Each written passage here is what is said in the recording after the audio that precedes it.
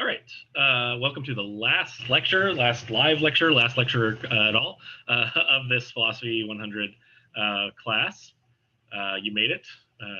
Thanks for making it. Thanks for coming. Thanks for listening to this last lecture, even though you didn't have to, because there's nothing that you're being tested on in this lecture. But, that's kind of the point. I wanted to give you guys a little bit of an insight into some of the stuff that I work on. Insofar as actually some of it is related to the stuff that we went over last week in philosophy of perception. Thanks, Nikita, for wishing me happy birthday. It is my birthday today, and so I am now 33. So it's fun. Happy birthday to me, and so we get to talk about what I care about. All right, so philosophy of language live. So if you watched the recorded lecture from earlier this week, I talked a bit about sort of general theories in the philosophy of language, and then talked about how basically there's a distinction between sense and reference, or one or two different kinds of meaning, and that the theory that says that the meanings of words is just the things that they refer to has got to be wrong in some way. That's actually a pretty problematic theory to hold on to. Today, I'm going to actually kind of argue against that view eventually, but by discussing two different views about the nature of belief. So this is kind of philosophy of language meets philosophy of mind in a certain way, but we're going to talk about it more from a philosophy of language side of things. So let me just a sec. And Emberly. Thank you guys all for coming, and here we go. All right, so first question, what is it to believe something? What is it to have a belief? Or another way of putting that is, what is it when you have a belief? What is it that is going on? Is it just some like property of you? Is it something that's going on with you? Or is when you believe something, is a belief a relation between you and something else, right? Usually people think of it as a relation between you and something else. And so insofar as a belief is a relation in any plausible sense, what the heck is it a relation to, right? What is it that you believe? Like, what is that thing that you believe? And then similarly, another kind of question, if you're worried about the notion of belief, is whether or not there's a difference between something like believing in God and believing a fact, or believing something that's more facts-like. So what exactly are all these things, and what's worth worrying about when we discuss belief? Let's see, just Sophia just showed up. Cool. Just writing down everybody that's showing up, because you all get an extra credit point. Great. All right, so what is the difference? There's a few preliminaries that are worth keeping track of. Oh, and then also, yeah, if anybody ever has a question, this is a short lecture, so I don't even think we'll go, hopefully, an hour. So feel free to stop me, speak up, and yeah, let me know if you have a question. All right, so first, some preliminaries. What is believing kind of in the psychological sense? So belief, to have a belief is to have some kind of psychological attitude, where an attitude is just broadly speaking a kind of psychological state that one can be in that is conscious, right? A conscious attitude. And so what that means is just sort of, it's not like you're having attitude, like, being, having lip with your parents or something like that. No, this is just any kind of position or almost emotional stance that one could take. It can be an emotional stance. It can be a few different kinds of stances that one can take towards something or be in some way. So believing is plausibly thought to be a psychological attitude, but it's a psychological attitude that is directed. That is, it's a psychological attitude that is directed at the world. It's a position that a particular agent or somebody that, a believer, a person that has the ability to believe, can take towards the world. And normally when we think about beliefs, we think about them as restricted in a certain way insofar as all beliefs are attempting to be aimed at the truth or attempting at being correct. So when you have a belief, it's not the kind of thing that can be aimed at something that you know to be false, right? If you know something is false, then you don't believe that thing, right? You don't believe that it's true. Similar, and this is sort of it's maybe helpful to distinguish between beliefs and other attitudes by sort of explaining the difference in direction, right? So take for example desires.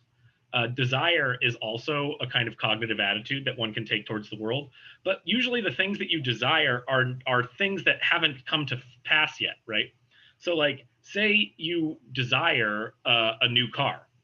Well, what you want then is that you come to own a new car, right? But you don't own a new car currently. So what your desire is aimed at is a state of the world that doesn't actually exist yet.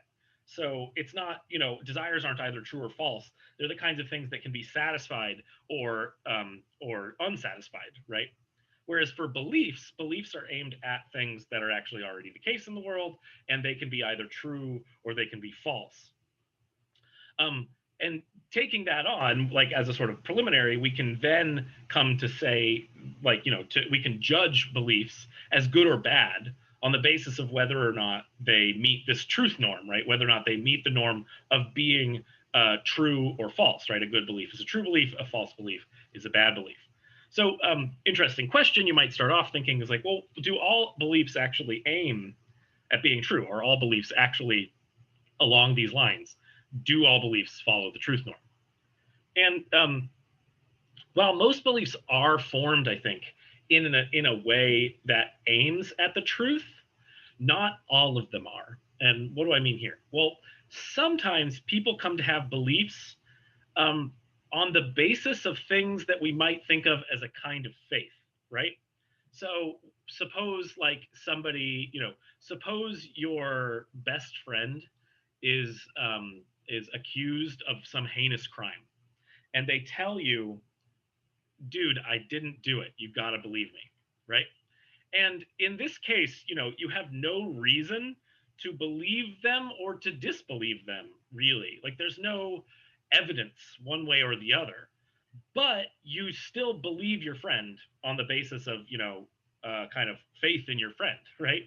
It's not because you think your friend is especially trustworthy or something like that. I mean, maybe you do, but in this case, maybe your friend isn't especially trustworthy. Maybe they're at a 50-50, level of trustworthiness. But in this case, if you believe them, you might be doing so on a kind of faith. Similarly, this is the kind of belief that people have, I think, in God. When people believe in God, they don't tend to take. I mean, some people do claim to have evidence that God exists, like religious experiences, or dreams, something like that, right? They think, yes, God has come to me and shown me him that he exists. Those people, they believe for reasons. They at least for them, it seems to them like there's a good reason for them to believe in God. Other people, though, take it on faith. They have a belief, but it is based on something that is not a reason. These kinds of beliefs are often taken to be true or false, right? Like a belief that's based on faith could be a true belief, it could be a false belief, but there aren't reasons for it. So in a way, the way that the belief was formed, the way that somebody came to have the belief, wasn't based on the truth norm. It wasn't based on trying to get the correct answer and avoid the incorrect answer. When you come to have faith, there's usually some other thing going on as kind of the reason you started trying to believe, or the reason that you came to have faith in the belief that you have. These kinds of beliefs that are not related to the truth norm, I think, are closely related to a different kind of attitude. In fact, I tend to treat them all as basically just versions of this other kind of attitude. I don't think that they're really a kind of belief at all, because I generally like to think of all beliefs as attempting to be true rather than false. And what I mean there is that really beliefs that are based on faith are more often than not just forms of hope, right? And hope is a kind of cognitive attitude that you can take towards a stance in the world, but you can hope something is true even if it's not true, right? And so that's like, if you can hope that your friend is telling the truth about not committing the heinous crime without it being the case. You can also hope that God exists without it being the case, right? There's no worries there, and it seems pretty similar to having faith if you just hope that God exists, right? All right, so moving on from that, right? Suppose that I think that really, in the end, all kinds of beliefs are truth aimed, so real. So a real belief, like a good belief, is a kind of belief that when you believe it, you're trying to believe the truth. You might think, okay, well, that's fine, but then what kinds of belief are there? Like, there's different things that we say when we use the word belief, and so are there like lots of different kinds of belief, or just one kind of belief? And what I mean there is, like, sometimes you hear the word belief get used in this way, right? So you hear things like, oh, I believe you, or oh, Sally no longer believes in Santa Claus. But what the heck does it mean to say that you believe a person or that you believe in something, right? What is believing in or believing them, right? There's a theory that's generally sort of used in philosophy that really all of those forms of belief, like believing a person or believing in something, can be reduced to one specific theory of belief. And that one specific theory is the theory that is called the belief that theory. So what is the belief that theory? The belief that theory is the idea that all beliefs are belief in a proposition, or belief of a proposition. And what is a proposition? Well, proposition is like the meaning of a complete sentence or a kind of thought.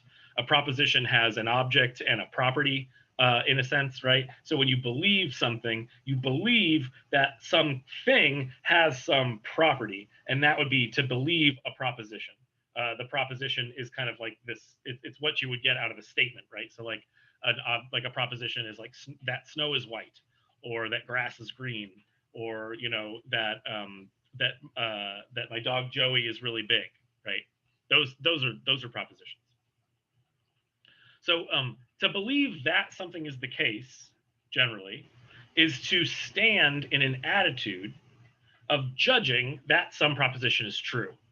So when you believe something, you stand towards a specific proposition and you say that that proposition is true. Kind of, you judge it. Yes, you're like, yeah, that's what it is. That's what it is to have a belief.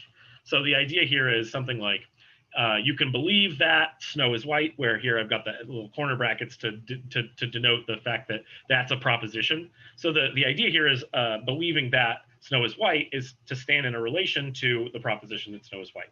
Or I could say, you believe that Trump lost the election, which would mean that you stand in a relationship to the proposition of Trump having lost the election, right? And the idea here is really like, these statements that are in the brackets could stand by themselves, right? They're totally coherent sentences. But the idea here is that they're the things, the meanings of those sentences, they're the things that you believe when you have a belief, when you think that the sentence is true, right? So, and similarly, she doesn't believe that the tooth fairy exists, right? That's a sentence, the tooth fairy exists. And she could take a non-belief attitude towards that proposition.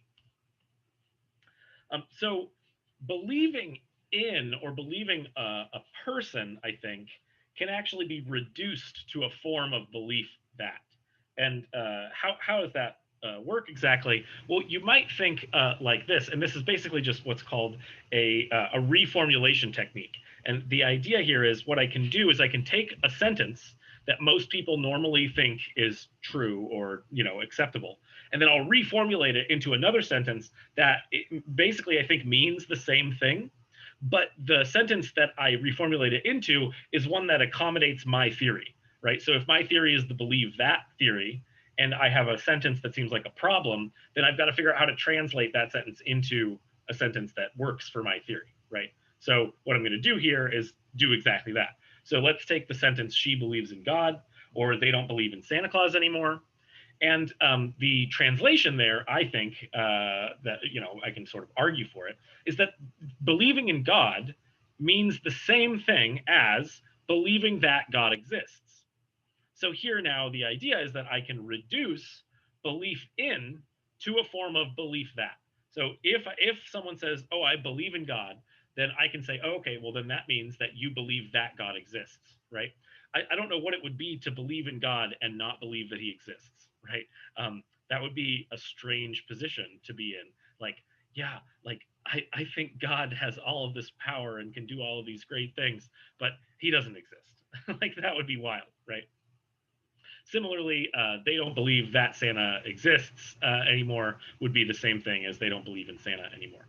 So, if you find this plausible, it seems like belief in can be reduced to belief that.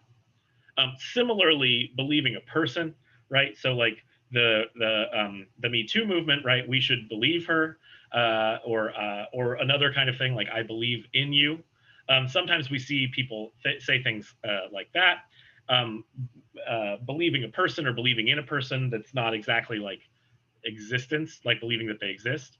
And here, I think we can also reduce these forms of belief to a form of belief that, right? Why? Because ultimately, I think when we say we should believe someone, we don't mean just, we don't mean stand in a belief relation to them. I don't know what it is to believe a person. What it is in this case to believe someone is to believe everything that they say, right? Believe what they say is true. Believe the things that they express. And that makes sense, right? You can believe what someone says. You can believe like a proposition that they expressed, right? You can believe the sentences that come out of their mouths, but you can't believe them without doing that, right? It'd be weird to try and believe someone if that person couldn't talk. Like, you can't believe a baby, right? A baby that can't talk, like they can't say anything, so there's nothing to believe. Similarly, if you say like, suppose you've got your little league child and you tell them that you believe in them, right? Well, what does that mean? What kind of belief is that? I think that it's basically a kind of belief that, but it's basically saying, I believe that you can do it, right? That's what you're telling the kid. You're telling them that you believe that they can do it, which is a kind of belief that rather than a kind of belief in. All right, so all of that aside, those are just arguments for taking all belief to be a kind of belief that. That sets us up for the discussion of what exactly it is that believing is related to, and this is sort of the most important part, I think, of philosophy of language, is the question of what the heck is a proposition. So a proposition is supposed to be the meaning of a statement or a thought. And they're the kinds of things that are supposed to be either true or false. So they're the kinds of things that make a claim about how the world is, and that claim is accurate when the world is that way, or inaccurate when the world isn't that way.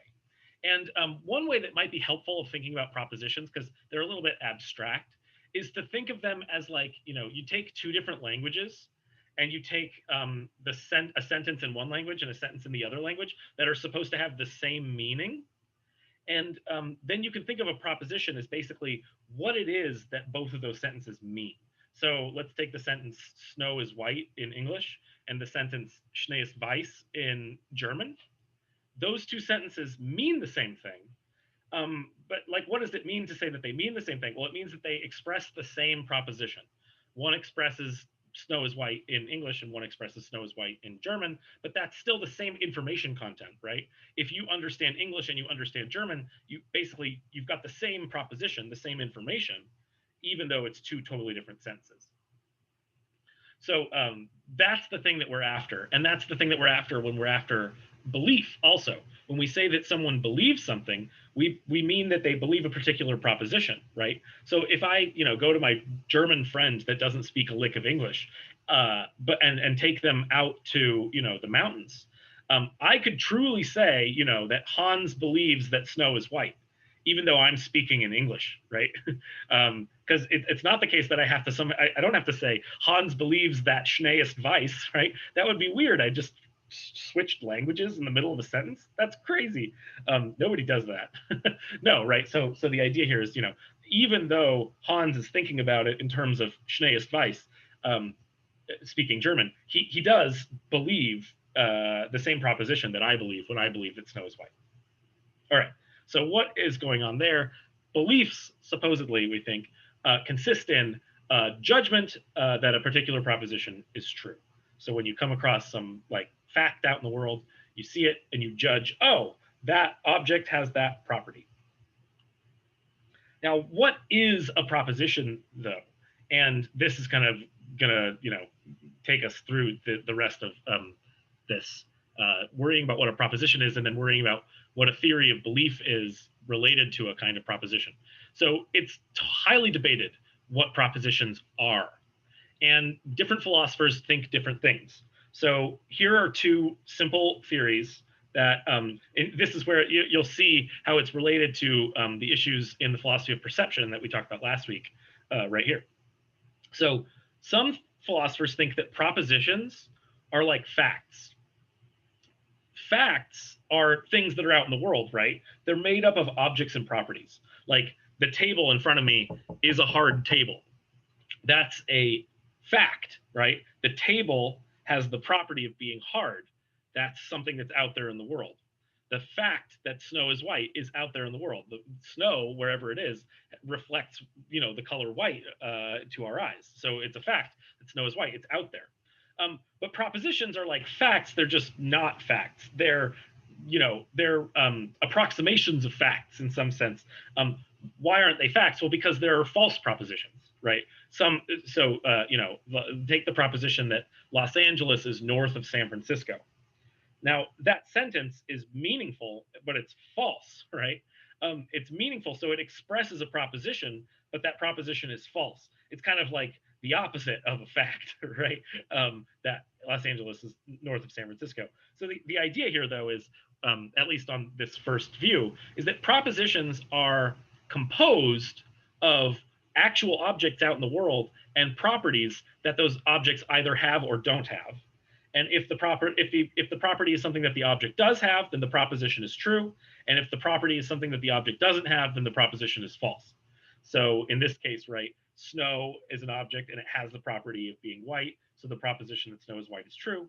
Whereas Los Angeles doesn't have the property of being north of San Francisco. And so the proposition is false. That's one way of thinking about propositions. The other way of thinking about propositions is saying, no.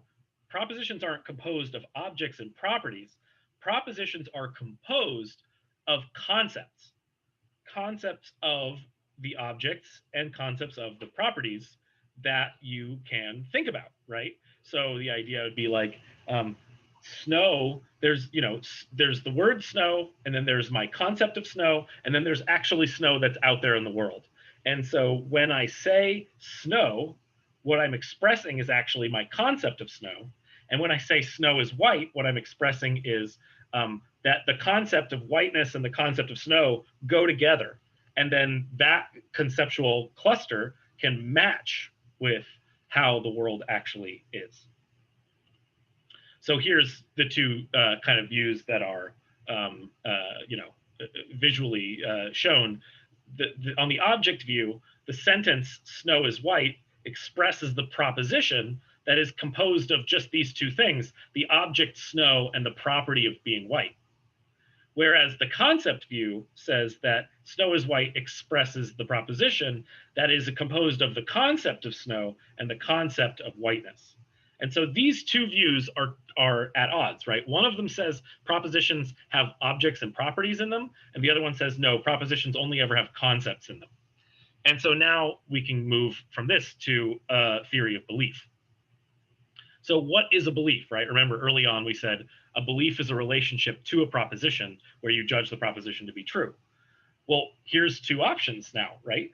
Either a belief is a relation to between a believer and an object and a property that the believer, believes believer believes the object has the property, or a belief is a relationship between a believer and the concepts of an object and a property, right?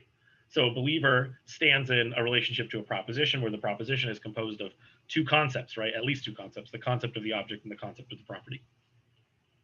So now, we have to try to adjudicate between the views. Is anybody not following? Is everybody sort of on board, at least at this point? Anybody have any questions about how this works so far?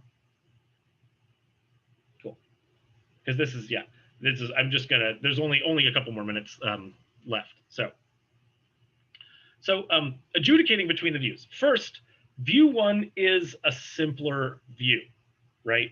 View one says that, Sally believes that the ball is red. All that we've got is a relationship between Sally, the believer, the believing relation, I put this little arrow here, and the proposition, the ball, that includes the ball and redness. So this view is simpler because it doesn't have as many moving parts. The concept view is more complex. Why? Because it's got both Sally and then it's got these concepts. And then these concepts have to be related to the actual things out there in the world, right? So believing involves Sally, the concept, and then the concept has to be related to the object, and the concept has to be related to the property. Otherwise, you get this problem, right? I mean, it has to be these ways. Otherwise, the proposition can't be either true or false, right? Because the concept has to actually be of an object and of a property. Otherwise, and then you have to address whether or not the concept of redness actually matches the color that is had by the ball, right?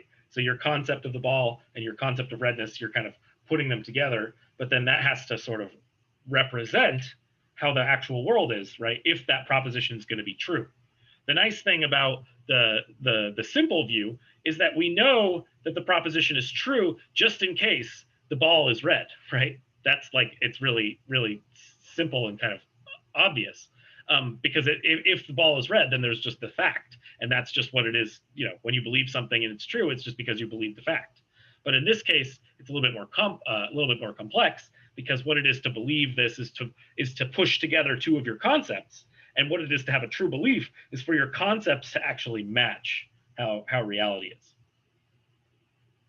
All right, so now let's go into a reason, at least initially, for thinking that the first view, or the second view, is correct and the first view is false. So here's this relates to the end of the last lecture, right? So initially, I think we should be skeptical of view number two, because it postulates this whole level of meanings. It postulates the idea of concepts as something that we need in order to explain what a belief is. And if you know anything about Occam's razor is the idea that whenever you're explaining something, you shouldn't appeal to things that you don't need in your explanation.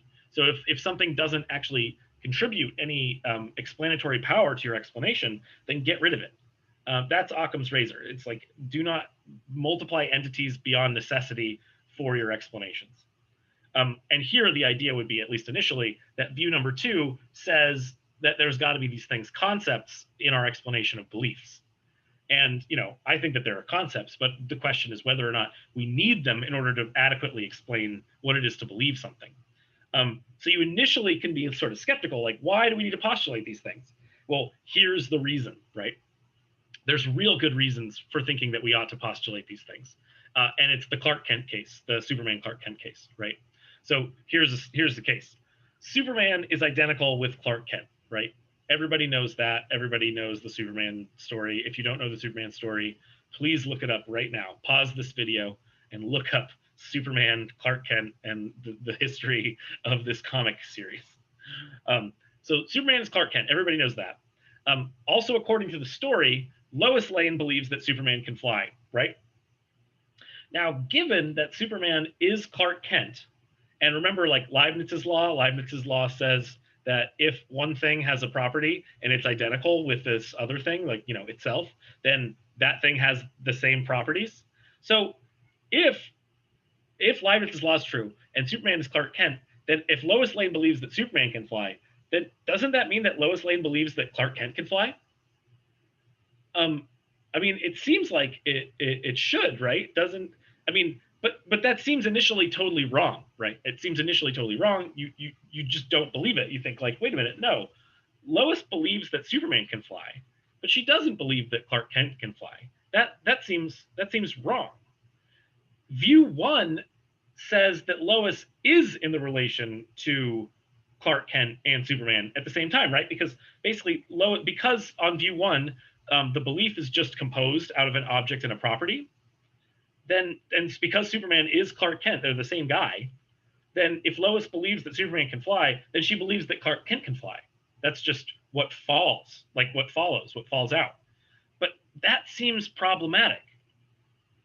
So this is a problem, right? So on the view number one, Lois is in a relationship to a belief to Clark and flying on this view, and that and that seems, at least initially, problematic. Let's see. Nikita says she does believe it, but she doesn't know she believes it.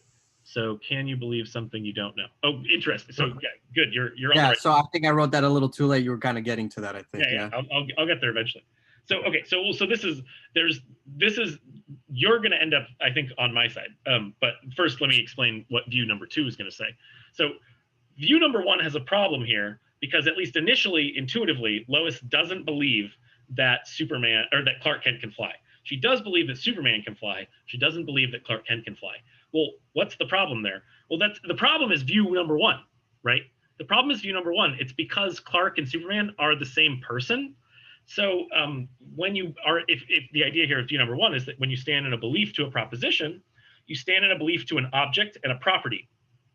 But if we take view number two, we can say, look, Lois has two different concepts. She has a Clark Kent concept and she has a Superman concept. And when Lois believes that Superman can fly, what she's standing in a relationship to is her Superman concept, not Superman himself, right?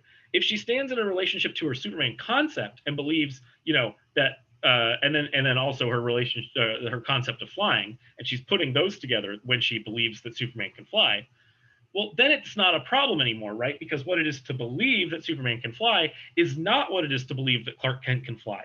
Because to believe that Clark Kent can fly would be to have her Clark Kent concept and her concept of flying, and she'd be putting those together, right? So according to view one, if Lois believes Superman flies, she also believes Clark flies, which that seems problematic.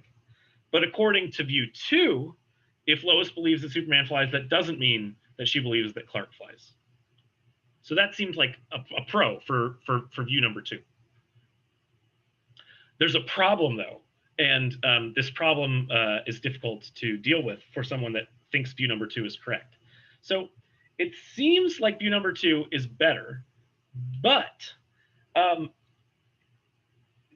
look at what this says. So Lois believes that Superman is able to fly. From that, it follows logically that there is someone that is believed by Lois to be able to fly, right? So if Lois believes that Superman is able to fly, then we can sort of look at that sentence and be like, okay, well, that means that someone is believed by Lois to be able to fly. Now, problem, if we try to identify that someone, we will say, oh, that someone is Superman, right? Obviously, it's Superman. So because Superman is that someone, we get the sentence, Superman is believed by Lois to be able to fly. But now, because Superman is Clark Kent, it looks like we get the same substitution problem now.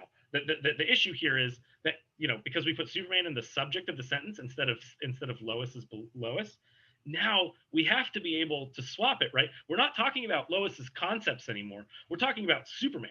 We're saying Superman is believed by Lois to be able to fly. Well, Superman and Clark Kent are the same guy, so Clark Kent is believed by Lois to be able to fly. So now it looks like on view number two, we're stuck right back in the same place that we were a minute ago.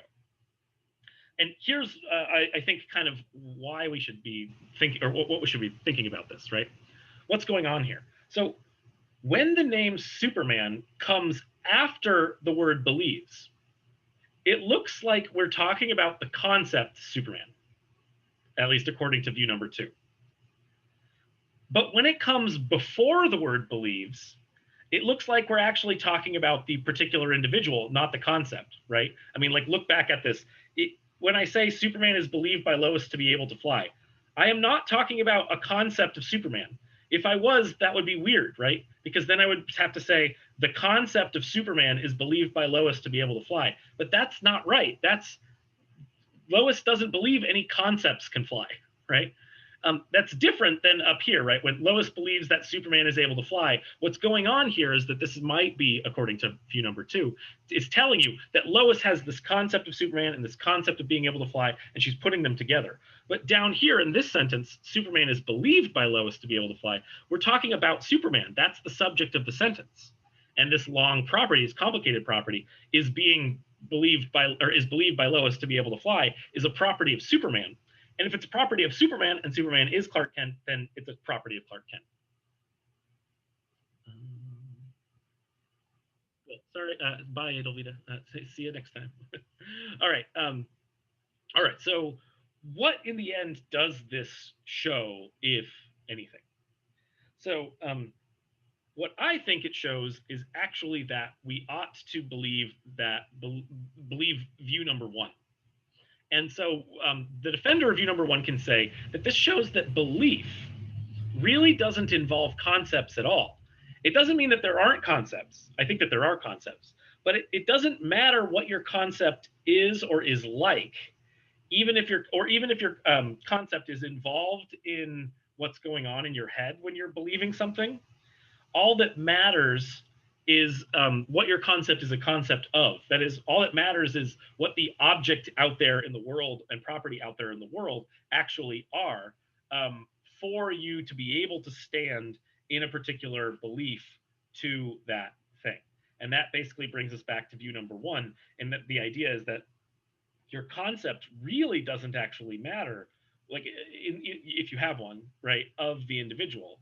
You might need to have a concept of the individual in order to have a belief, but the kind of concept that you have isn't what's involved in your believing. What's involved in your believing is just a relationship that you stand in to the object or the property that you're taking an attitude towards. All right, and so finally, how might we sort of actually settle this debate? Like this, I would not say is a definitive argument. This is just sort of the stuff that I actually believe because I've written arguments about this stuff.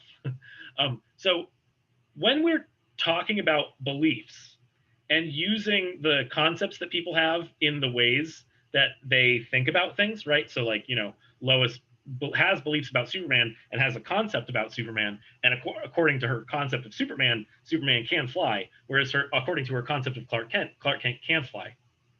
So if we're talking about concepts and the concepts that people have, we need to include that sort of discussion when we're actually talking about what people believe.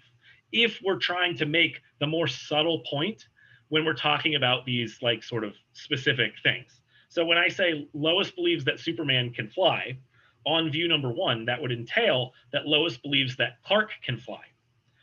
But we can also say, and this is what Nikita was getting at earlier, Lois doesn't know that her Superman concept is a concept of Clark also.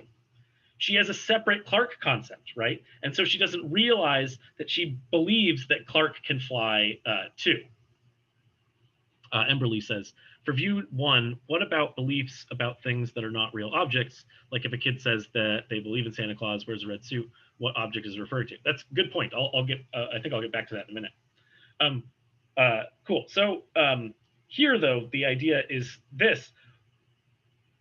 When Lois believes that Superman can fly, that just entails that she believes that Clark can fly because Superman and Clark are the same thing. But that doesn't mean that she realizes everything about her mental state, in a sense, when she has the belief in particular, right?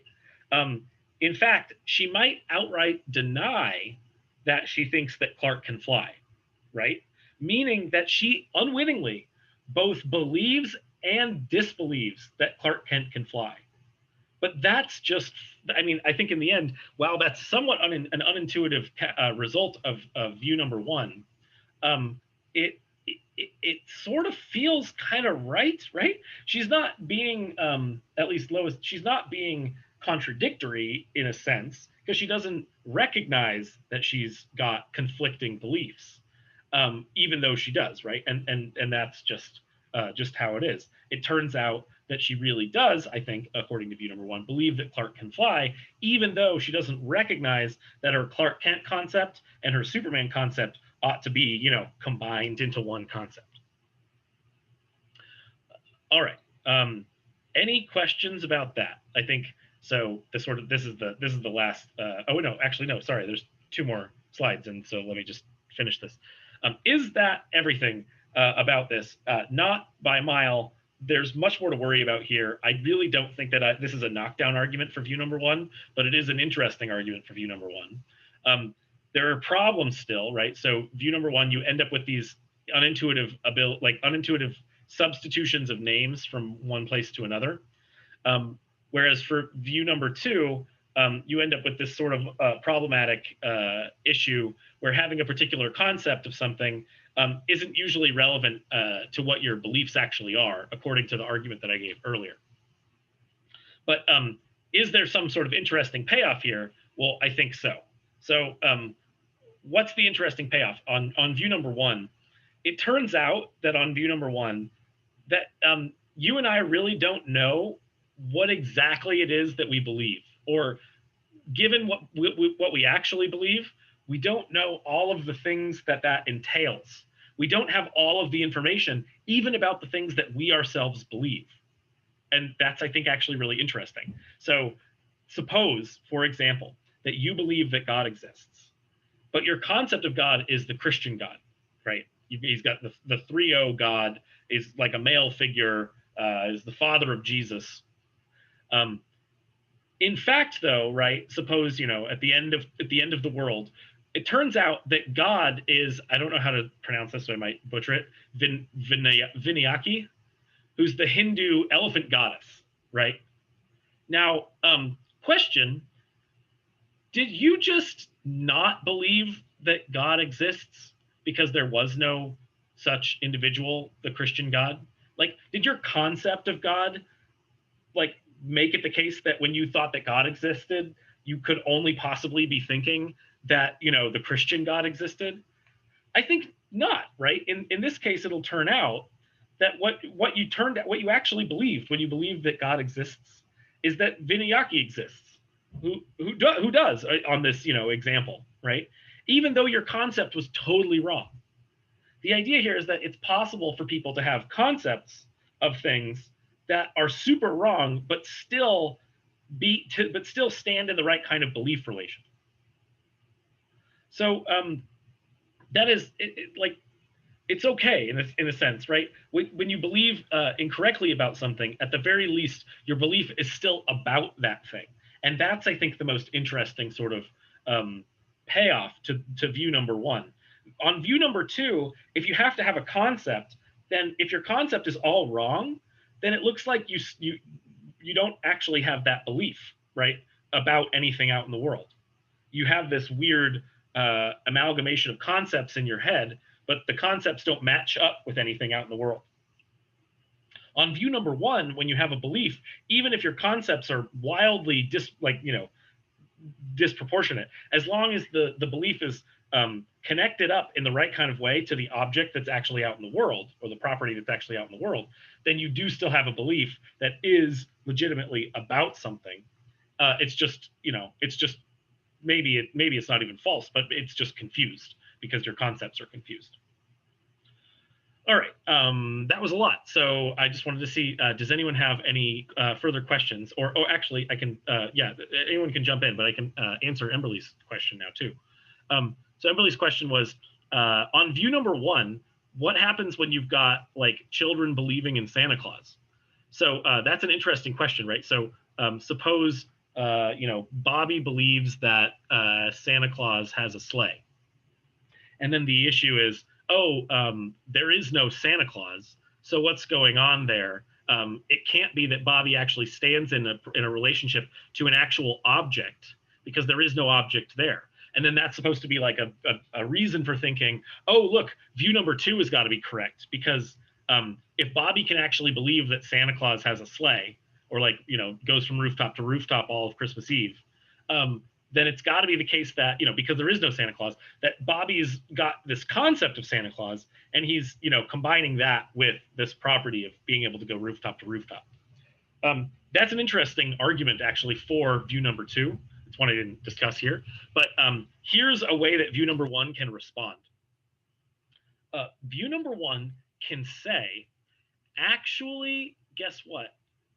Santa Claus does exist. And, you might be like, what? Santa Claus exists? Well, yeah, and so does God, and so does every fictional thing that has ever been come up with. I mean, not necessarily that God is fictional. If God is fictional, then God is fictional, right? All of these things do exist, but they don't exist as, real individuals. So, like, Santa Claus isn't a real person. What Santa Claus is a fictional, mythical creation of human imaginations. So, I mean, imaginary things are real insofar as they are imaginary things, right? They are real imaginary things. They aren't real things. Here's another good example that I like to use. So Harry Potter, according to J.K. Rowling's books, is a boy wizard. Question: is Harry Potter a boy wizard? Well, what does that mean, right? What are you asking? Like, according to my concept of Harry Potter, sure, there's this concept of this, fictional character, and according to the fiction, he's a boy wizard. But is he really a boy wizard? And then if you keep pushing that, I'm going to say, no, look, Harry Potter is a fictional character that is the creation of J.K. Rowling's imagination. And according to the story that she tells, he's a boy wizard. But there are no real boy wizards, and those maybe are impossible, right? I don't think there's magic. So what exists? Well, what exists is the fictional character Harry Potter, and the fictional character Harry Potter is, what we have in some sense contact with when we read the Harry Potter stories. It's a special kind of thing, right? It's a different kind of thing. It's a fictional character. That would be a way that the view number 1 could respond. They'd say, when Bobby believes that Santa Claus can fly, or can, flies in a sleigh, what Bobby's mistaken in is believing that a fictional character is able to fly, right? And that's why Bobby's belief is false, right? Because Bobby, Santa Claus can't actually fly because Santa Claus is a fictional character.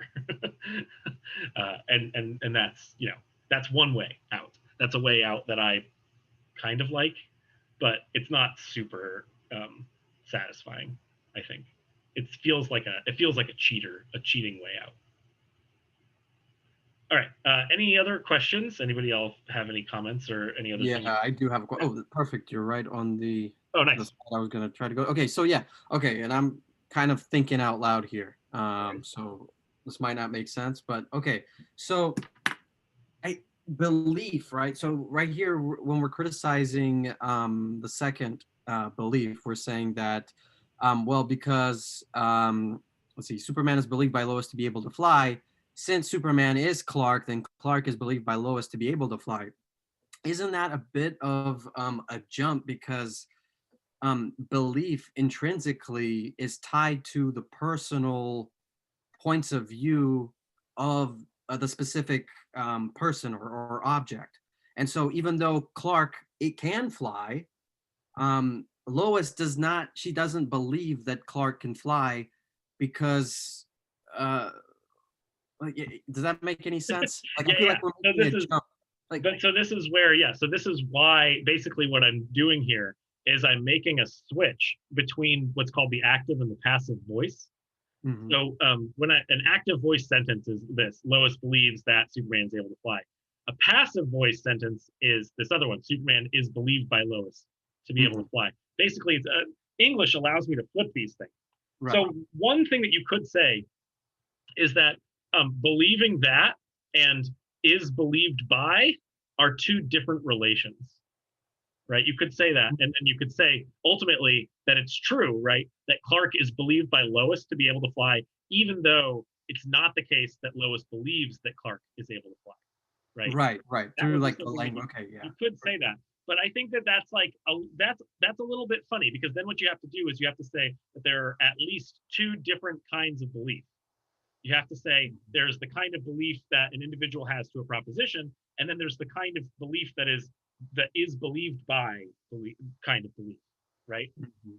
And then if you want to try, and you could try to explain how one could be reduced to the other, but if you try to explain how this kind of belief, the Superman is believed by Lois to be able to fly belief, to Lois believes that Superman can fly, you end up running into a problem, because the second sentence here is true, right? Clark is believed by Lois to be able to fly because Clark is Superman. Right. So you Yeah. can't. So it's really hard to say, how can you reduce that sentence, Clark is believed by Lois to be able to fly, to the sentence, Lois believes that Superman is able to fly. Like, Mhm. it's really hard to see how you could do it. You have to, some people have tried. Some people have tried to say that there's this way to do it where you start saying that the word belief is actually this more complicated relation that has to do with special kinds of concepts that are of particular individuals. And so when you move these names into and out of the belief context, uh, it's okay when they're outside of the belief context to talk about whoever it is without talking about the concept.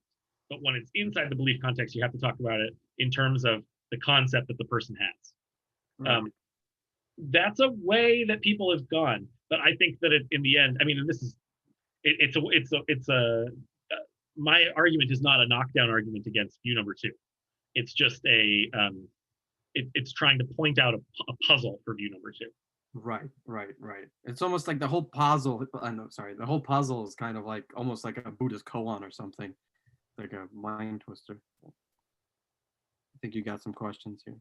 Yeah. So Sophia says Lois. Oh wait. So yeah, Lois doesn't believe that Clark is Superman. So that's yeah. So it seems that way, right?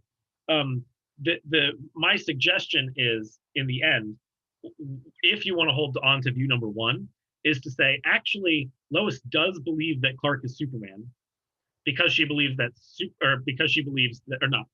Well, sorry, she actually does believe that Clark is Superman too, right? Which is confusing, because she believes that Superman is Superman. And if you believe that Superman is Superman, that's the same thing as believing that Clark is Superman, which is a big, more confusing sentence. But in this case, maybe what you mean also to say, Lois doesn't believe that Clark can fly. Well, what I want to say is, no, Lois does believe that Clark can fly because she believes that Superman can fly. But what we need to add is this further information when we're describing our situation. We want to say, Lois does believe that Clark can fly, but she doesn't think about Clark in that way. Her concept of Clark is not associated with her concept of flying, right? And why is that? Well, because she has two concepts. She has a concept of Clark and a concept of Superman, and she hasn't mushed them together. Like the rest of us, we have one concept, the concept of Superman and Clark Kent, right? And then, there's two sides to that concept. There's the side where he's got the glasses on and wearing the suit and being the reporter. And there's the side where he, rips off his shirt and it's got the Superman logo underneath, right? It's the same guy. We have one concept that has like two aspects. For Lois, it's two concepts, two solely separate concepts. All right. Emberly says, I would say that putting it in the passive voice doesn't change anything, and it still refers to the person's view. Interesting question. So here's my argument against that. If you think that it's referring to the person's concept, then you have to say in these passive voice sentences that we're not actually talking about Superman in the first sentence or Clark in the second sentence. We're talking about concepts. But we're not talking about concepts, right? Why? Because the concept of Superman is not believed by Lois to be able to fly. The concept is, when Lois, maybe it's the case that when Lois has a belief, what she's doing is taking her concept of Superman and taking her concept of flying and putting them together. And that's what it is for her to believe that Superman can fly. But when we put it in the passive voice, The issue is this: Superman comes out here out in front, and so now it becomes the subject of the sentence. Insofar as it becomes the subject of the sentence, it becomes the thing that we're talking about, the main thing, the object, right? It's the object that the sentence is about. It's now the main part of the proposition. The proposition expressed here is that Superman has this special property, the property of being believed by Lois to be able to fly. And that's a property that Clark Kent has also, just because he is Superman. So it creates this kind of puzzle. Any other questions, comments, concerns? Right. So I guess this is more of like looking at the structure of language more so than the like reality of the situation, and pointing out how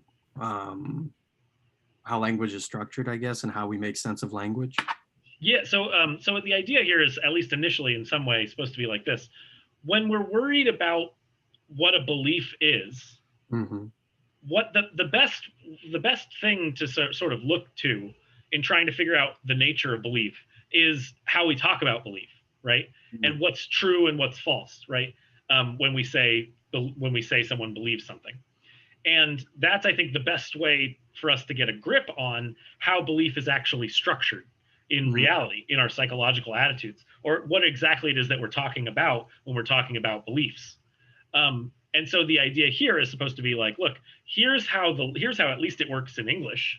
Here's an interesting sort of thing that happens, and you might be drawn to one view of belief because of the concept debacle, where it seems like Lois believes Superman can fly, but she doesn't believe Clark can fly.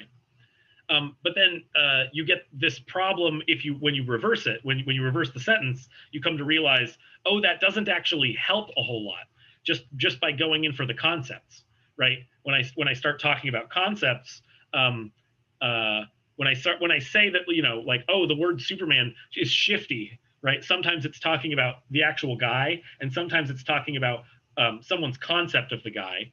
Well, that becomes a little bit of a problem for other sentences, right? Because sometimes it's clear as day that you're talking about the guy and not the concept of the guy. Because if you were talking about the concept, it would be false.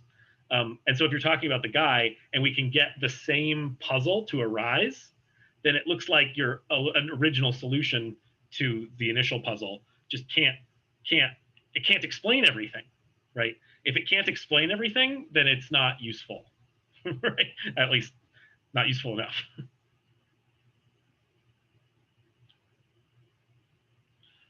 Great. This was fun. And if anybody has any other questions, go for it. If not, that's fine. Otherwise, I've thoroughly enjoyed teaching this material and teaching all of you this whole semester. And yeah, any other questions anyone has about anything philosophically related, I'm happy to answer. But yeah, otherwise. Cool. Yeah, I just I do think this is interesting how this does parallel with like last week's lecture where we're talking about how people make sense of, I guess, sensory stimulus, whether you're seeing the actual thing or you're it goes through the concepts. This is like very, very similar how. Yeah, exactly. Yeah, it's the question of whether or not there is this intermediary thing in between kind of what it is that we stand in a relationship to, right? Is there this concept that's in the middle, or is there this, sensory experience that is constructed by the mind in between us and the actual objects out there in the world? Yeah, and they kind of go hand in hand. And it's funny. So yeah, like on the perceptual case, I was convinced of the intermediary thing existing for a really long time. And then I started doing philosophy of language stuff and came to realize that on the belief case, I actually believe view number one here. And view number one here pairs well with the naive theory and the philosophy of perception. And so it's actually brought me back to the philosophy of perception in a way that is now basically what I work on, is trying to figure out how to argue for the equivalent of view number one in the philosophy of perception. So it's trying to figure out how to make it more plausible and less wild sounding, because it really is a less plausible sounding view in the philosophy of perception when you start to realize like all of the things that um, illusions and hallucinations can do to you. And then I would just ask, whose work did you read on the philosophy of language that kind of like changed your viewpoint? So one of the main ones is actually my advisor.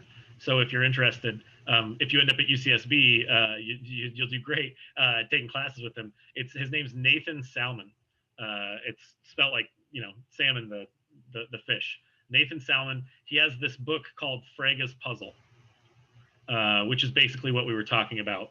Frege, is that like the Scandinavian god, or is that like a name of a philosopher?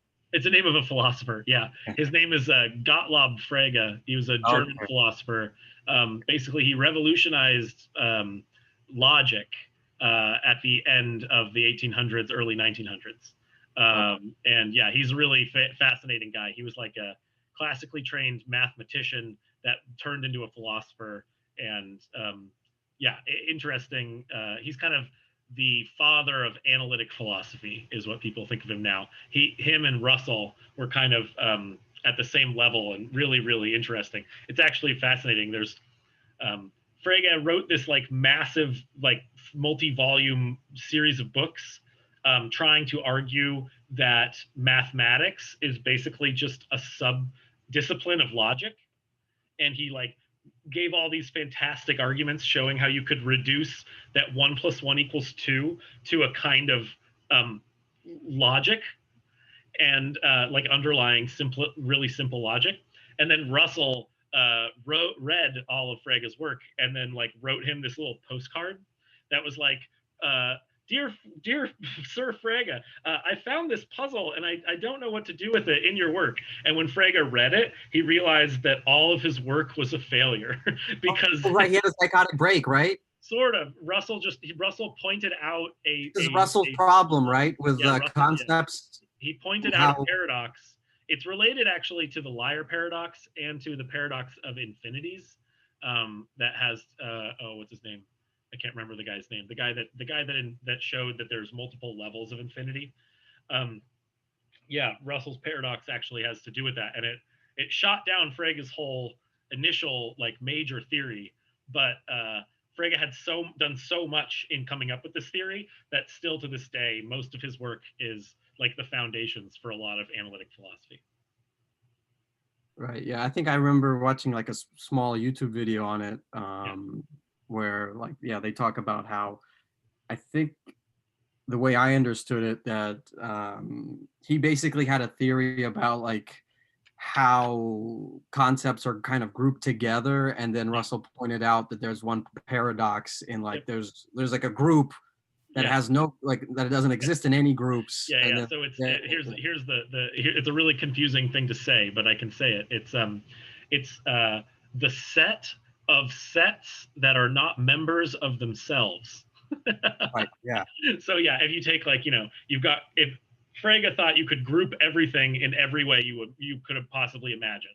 So it's like, oh, imagine I want to group this pen and this wallet. Okay, there's a group of those things. If I want to group like all the dogs, great, I've got all the dogs. But imagine I wanted to group all of the groups that don't have the group itself as one of the members of the group. It's a really complicated thing to say, but when you try to take that group, that is the group of groups that are not members of themselves, then what you end up with is a paradox, because if the group is part of the group, then by its own logic, it's not part of the group. And if the group is not a part of the group, then by its own logic, it should be in the group. And so you end up with this paradox, and it totally ruins Frege's whole puzzle or project. Oh. So yeah, but yeah, Frege has another puzzle which has more to do with this Superman Clark Kent thing. And my advisor, Nathan Salmon at UC Santa Barbara, has written a whole book on it back in the 80s. And it's still influential to this day in contemporary philosophy. So it's worth a look if you want to get into more advanced stuff, or if you end up, at UCSB taking philosophy classes with Nathan. That'd be cool. Great. Anything else? Anybody else have anything?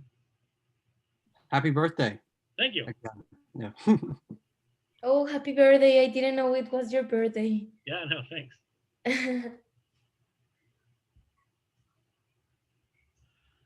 Well, I don't have any questions.